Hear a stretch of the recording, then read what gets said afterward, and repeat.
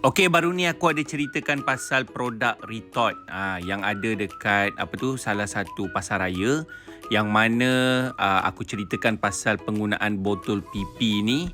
Contoh produk ni lah kan, Soy Master ni. So ada yang tanya macam ni, Faizal Anwar tanya, so elok ke tak minum? Dia gelak kan.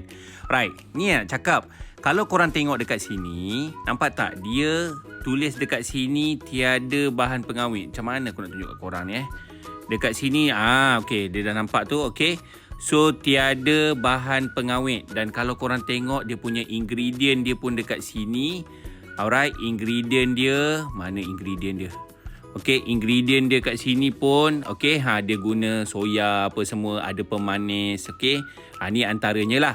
Okey, kenapa dia kata tiada bahan pengawet? Sebab dia menggunakan satu teknologi dipanggil teknologi Retort. Retort ni apa? Adalah satu teknik masakan yang menggunakan suhu 121 darjah Celsius dan ada pressure dalam dia.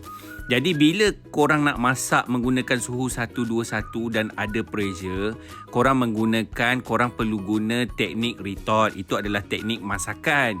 Okey, dan perlu menggunakan botol yang keras ni, plastik pipi ni yang ada tulisan dekat buntut dia nombor 5. Itu baru proses Retort.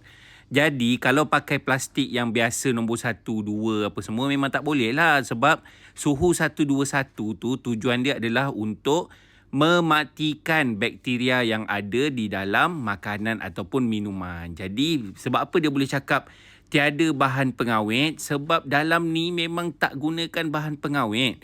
Menggunakan teknologi Retort iaitu masak sehingga 121 dan juga pressure yang ada dalam tu yang menyebabkan mati bakteria dalam ni. Sebab tu dia ada cakap dekat sini, kalau nak buka, kalau ada kembung ke apa ke semua, jangan buka. Okey? So, itulah antaranya. Jadi, korang kena tahu tentang teknologi Retort ni apa, adalah salah satu teknik masakan.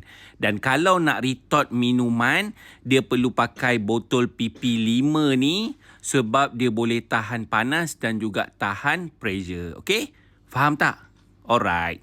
So, semoga bermanfaat untuk semua. Kalau korang nak tahu lagi, korang follow je Expert Retort HQ.